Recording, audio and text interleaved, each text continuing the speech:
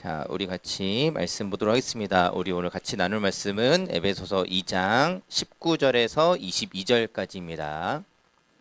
신약성경 에베소서 2장 19절에서 22절입니다. 우리 성경 가지고 있는 친구들은 신약성경 311쪽 찾으면 됩니다.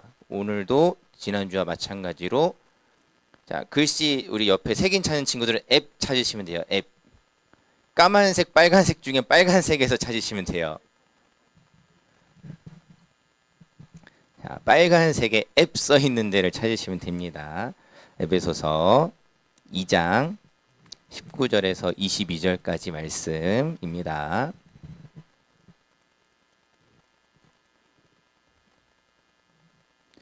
네, 신약성경 311쪽 에베소서 2장 19절에서 22절까지 말씀입니다. 자, 어서 오세요. 자, 신약성경 에베소서 2장 19절에서 22절 말씀. 자, 우리 찾은 친구들은 성경을 보면서 또 앞에를 보면서 자, 우리 같이 한 목소리로 함께 읽도록 하겠습니다. 같이 읽겠습니다. 시작. 그러므로 이제부터 너희는 외인도 아니요 나그네도 아니요 오직 성도들과 동일한 시민이요 하나님의 권속이라. 너희는 사도들과 선지자들의 터 위에 세우심을 입은 자라. 그리스도 예수께서 친히 모퉁이돌이 되셨느니라. 그의 안에서 건물마다 서로 연결하여 주 안에서 성전이 되어가고 너희도 성령 안에서 하나님이 거하실 처소가 되기 위하여 그리스도 예수 안에서 함께 지어져 가느니라. 아멘. 자, 오늘 같이 읽은 말씀을 가지고 모퉁이돌인 예수로 이어진 공동체라는 제목으로 같이 말씀을 나누도록 하겠습니다. 자, 여러분들 어떤 일을 할 때 뭐 여러 가지를 다 생각해 볼 수 있겠는데 자, 좀 이제 크게 물어볼게요. 자, 여러분 나는 혼자서 뭔가 하는 게 편하세요? 아니면은 좀 여럿이서 같이 하는 게 편하세요? 자, 뭐 물론 그때 뭐냐에 따라 좀 다를 수 있겠지만은 그냥 오늘은 좀 단순하게 생각해 봅시다. 나는 좀 혼자가 편한지 여럿이서가 좀 더 편한지. 자, 혹시 손을 한번 들어볼까요?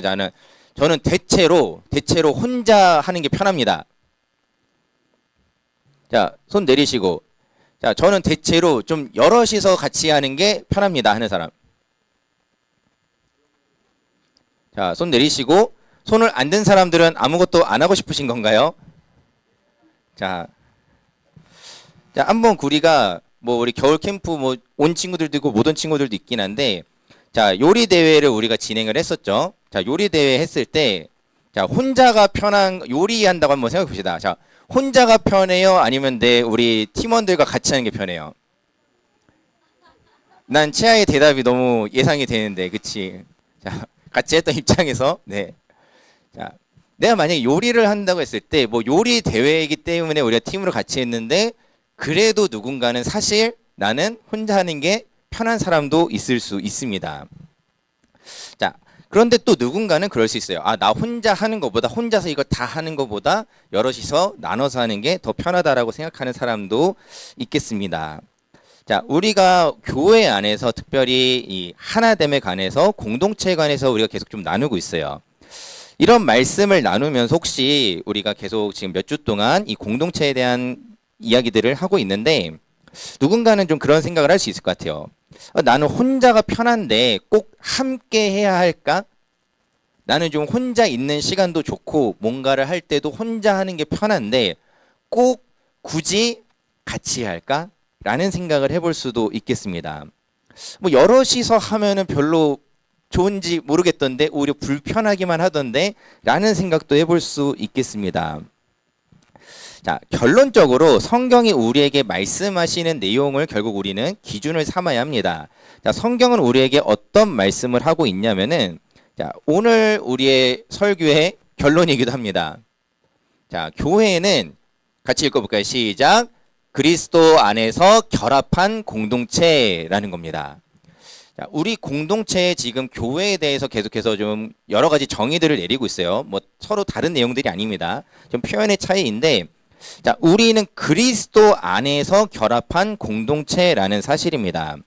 자, 이 문장을 통해서 우리 교회란 어떤 곳인지 우리 교회 공동체 정체성에 관해서 생각해 볼 수 있는데 오늘 크게 두 가지를 좀 나눠보려고 해요. 자, 첫 번째는 뭐냐면은 자, 자, 자, 자, 자, 이 아까의 문장으로 나눌 건데 자, 지금 초점을 먼저 우리가 기억해야 되는 초점은 뭐냐면은 그리스도 안에서 결합한 공동체라는 사실이에요.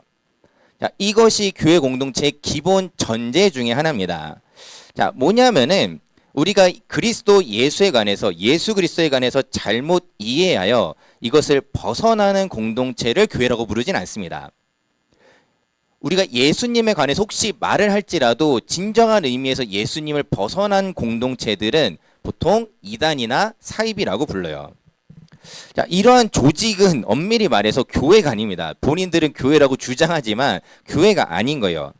교회는 오직 그리스도를 통해서만 연합할 수 있기 때문입니다. 예수님의 이름 안에서만 온전히 교회일 수 있기 때문입니다. 자, 이것을 오늘 본문인 에베소서 2장 20절에서는 그리스도 예수께서 친히 모퉁이돌이 되셨느니라 라고 말씀하고 있어요. 자, 모퉁이돌이 뭐냐면은 자, 모퉁이돌은 자, 요 레이저 포인트 보이시죠? 요겁니다. 딱 여기 끝에 요게 모퉁이돌이에요. 벽과 벽을 세울 때 벽과 벽을 연결하는 돌을 모퉁이돌이라고 합니다. 영어로는 코너스톤이라고 불러요. 이제 위치가 이제 우리가 흔히 말하는 코너에 있기 때문에 여기에 이제 이 모퉁이돌이 들어가는 거예요.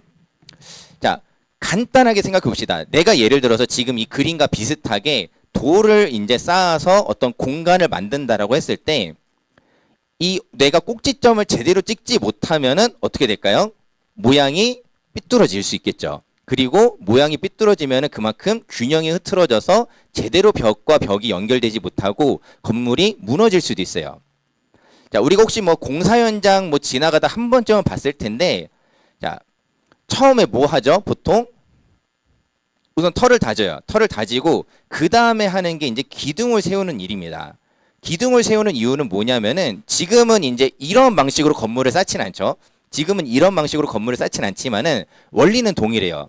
우선은 이 모퉁이돌 위치에다가 정확하게 기둥을 세우는 겁니다. 그리고 여기 땅을 먼저 잘 다져 놓는 거죠. 기둥이 흔들리지 않도록, 기둥이 잘 세워질 수 있도록 정비를 하는 겁니다. 자, 예수님이 모퉁이돌이 되신다라는 것은 지금 예수님이 우리 교회라는 공동체 안에서 이러한 역할과 위치에 계시다라는 의미예요. 자, 이 벽과 벽을 연결하는 데 있어서 이 모퉁이돌이 빠지면 어떻게 될까요? 자, 한번 그냥 이 그림으로 우리가 좀 단순하게 생각해 봅시다. 자, 여기서 이 돌 하나 뺐다고 생각해 봅시다. 어떻게 될까요? 잠깐은 버틸 수 있을지 몰라요. 잠깐은 버틸 수 있을지 모르겠지만은 결국에는 우리 같이 지금 얘기한 것처럼 무너질 수밖에 없습니다. 벽을 조금만 잘못 쳐도 금방 무너지고 사라지게 될 겁니다. 자, 우리가 이처럼 우리는 예수님이 모퉁이돌이 되셔서 그 예수님을 기준으로 세워진 공동체라는 사실을 우리가 꼭 기억해야 됩니다. 자, 두 번째로는 우리가 그리스도 안에서 결합한 공동체라는 거예요. 결합한 공동체. 자, 오늘 이것에 대해서는 어떻게 얘기하냐면 오늘 19절에서는 이제 권속이라는 표현이 나와요. 오늘 우리가 같이 읽었던 에베소서 2장 19절에 보면은 하나님의 권속이라라고 이야기합니다.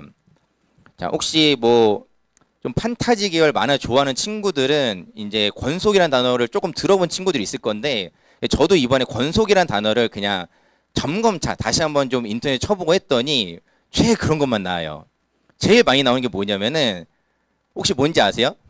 권속이라는 단어가 어떤 때 많이 쓰이는지 혹시 아세요, 여러분? 자, 우리 뭐 덕력 넘치는 친구들은 사실 알 것 같은데, 자, 권속이라는 단어를 쳤을 때 많이 나오는 것 중에 하나가 뭐냐면은 뱀파이어예요, 뱀파이어. 자, 뱀파이어가 뭔지는 아시죠? 잘 모르세요? 그런 거 다들 안 봐서 잘 모르시나요? 자, 흡혈귀를 얘기하는 건데, 흡혈귀가 원래 그런 거죠. 이제 뭐 우리가 어떤 공상의 판타지 어떤 상상이지만은 뱀파이어한테 물리면 어떻게 되죠? 똑같이 됩니다. 똑같이 그 사람도 흡혈귀가 된다라고 이야기해요. 자, 흡혈귀로 단어를 통일할게요. 헷갈린다. 자, 흡혈귀한테 물리면은 보통 이제 뭐 목을 물죠. 목을 물리면은 그 물린 사람도 흡혈귀가 돼요. 그러면서 이 흡혈귀의 권속이 된다라고 표현을 합니다. 이게 이런 어떤 판타지 소설이나 이런 데서 참 많이 썼던 표현인데, 자, 권속이 된다라는 건 뭐냐면은 이제는 너랑 나랑 같은 식구가 된다라는 의미가 있어요. 우리가 예수님한테 물려가지고 피 빨려서 이렇게 된다는 얘기가 아닙니다. 자, 권속이라는 것은 원래 의미는 뭐냐면 같은 식구가 된다라는 의미가 들어있는 단어예요. 자, 우리는 주님 안에서 한 권속입니다. 우리도. 자, 옆에 친구 한번 보세요. 자, 권속인 겁니다. 우리가 다 같이. 자, 마음에 안 드세요? 그래도 어쩔 수 없어요. 그럼에도 불구하고 우리가 한 권속이라는 것은 부정할 수 없는 사실입니다. 이거는 집에 가도 똑같아요. 여러분, 뭐 저도 형이 있지만은 저희 형도 저를 그렇게 보겠지만은 우리가 서로 마음에 안 들지만은 우리가 핏줄인 것을, 우리가 한 식구인 것을 부정할 수가 없어요. 그렇죠? 자, 우리 안에서 이제 우리가 하나님의 권속이 됐다라는 것은 한 식구가 되었다라는 거예요. 조금 더 이야기하자면은 하나님 한 분의 그 아버지에게 함께 입양된 자녀들이라는 겁니다. 그게 바로 우리가 가진 공동체의 특징이라는 거예요. 자, 그런 의미에서 우리가 사는 집을 한번 좀 생각해 봤으면 좋겠어요. 우리가 식구들을 한번 생각해 볼 때, 자, 우리 식구들끼리 무언가를 같이 할 때도 있고, 그렇다고 또 모든 일을 다 같이 하진 않아요. 그쵸? 뭐 예를 들어서 여러분들 뭐 설거지를 한다고 했을 때, 만약 우리 가족 식구들이 5명인데 5명이 다 싱크대에 달라붙지 않단 말이에요. 그쵸? 그러면 오히려 사고 날 수 있어요. 오히려 서로 방해되고 잘못하면은 그릇이 와장창 될 수가 있습니다. 자, 어떤 일은 같이 하고 어떤 일은 같이 하지 않는 게 우리 식구들의 공통적인 특징일 건데, 각자 해야 할 일이 있고, 또 때로는 그래도 가족으로서 식구로서 같이 해야 하는 일들도 반드시 있습니다. 자, 우리도 마찬가지인 겁니다. 우리가 주님 안에서 하나가 되었다라는 것은 때로는 어떤 일은 마찬가지로 나 혼자 해야 하는 일들도 있어요. 하지만 때로는 또 어떤 일들은 우리가 함께 해야 되는 일들도 있다라는 겁니다. 자, 여기서 우리가 기억해야 할 사실 중 하나는 무엇이냐면은, 우리가 교회 간에서 하나님의 일을 한다라고 했을 때, 하나님께서 우리에게 하나님의 일을 맡기신다라고 했을 때, 우리가 흔히 나도 모르게 하는 오해는 뭐냐면은 완벽을 추구하려고 해요. 이거 하나님의 일인데 실수가 있으면 안 되지 않아? 하나님의 일인데 뭔가 잘못되면 안 되지 않아? 라는 생각을 우리가 할 수가 있습니다. 하지만은 하나님께서 우리에게 원하시는 것은 완벽이 아니에요. 함께하는 것 그 자체에 있다라는 사실을 여러분들 꼭 기억하시길 바랍니다. 자, 하나님께서는 결국에는 하나님이 완성하세요. 그 완벽한 어떤 공동체의 모습, 결국 최종 완성의 모습들은 하나님이 이끌어 가십니다. 자, 그러면은 하나님이 어차피 다 하시는 일이면은 우리는 뭘 해야 되는가? 우리는 그 과정에서 하나님의 함께하심과 하나님의 일하심을 경험하는 거예요. 그리고 함께함을 통해서 우리가 식구구나, 가족이구나 라는 것을 더 깊이 몸으로 배우고 깨닫는 게 우리의 일이다라는 겁니다. 자, 내가 하나님께 속했고 그리스도 안에서 결합한 교회에 속했다라는 사실을 우리는 항상 기억할 수 있어야 됩니다. 자, 그렇게 우리는 내가 어디에 속한 사람인지를 기억해야 돼요. 내가 우리 가족에게 속했다라는 것이 너무나 당연하고 내가 기억하는 사실인 것처럼 우리는 동일하게 내가 교회에 속한 사람이라는 사실을 기억해야 돼요. 우리 공동체가 한 식구고 우리 이 공동체에 서울 삼강교회 청소년부라는 이름으로 우리가 함께 모였다라는 사실이 우리 가운데 기억되기를 소망합니다. 그리고 우리가 속한 공동체에 합당하게 살아가야 되는 거예요. 자, 내가 속한 이 공동체가 어떤 공동체인지를 기억하면서 거기에 합당하게 살아가는 겁니다. 자, 우리가 조금 뭐 거창한 예시일 수 있겠지만 이렇게 얘기해 볼 수 있어요. 자, 우리가 넓은 의미에서는 대한민국이라는 나라에 속한 사람들이에요. 그렇죠? 아닌 사람 있나요, 혹시? 저희 시민권은 다른 데 있습니다 하는 사람 없으시죠, 여기는? 자, 우리가 대한민국이라는 큰 공동체 안에 속한 사람으로서 대한민국 사람답게 살아야 돼요. 어떤 의미인지 아시겠죠? 자, 그리고 내가 조금 더 좁혀갔을 때 내가 우리 가족이라는 그 테두리 안에서 살아가는 사람으로서 우리 가족답게 살아야 되는 거예요. 자, 각 가정마다 다른 어떤 규칙과 어떤 다른 어떤 질서들이 존재하지만은 나는 우리 집 규칙대로 살아야 되는 거예요. 뭐 예전에도 한번 이런 예시를 든 적이 있는데 혹시 내가 밤에 놀다가 내 친구는 통금이 없어도 우리 집에 통금이 있으면 난 집에 들어가야 되는 거예요. 쟤는 되는데요? 나는 왜 안 돼요? 라고 할 수 있겠지만은 그래도 너는 안 돼. 라는 겁니다. 자, 내가 속한 공동체의 질서를 따르고 그 공동체에 속한 사람답게 우리는 살아가야 되는 거고 교회 공동체에 속했다는 것도 마찬가지인 겁니다. 내가 교회 공동체에 속한 사람답게 살아가는 거예요.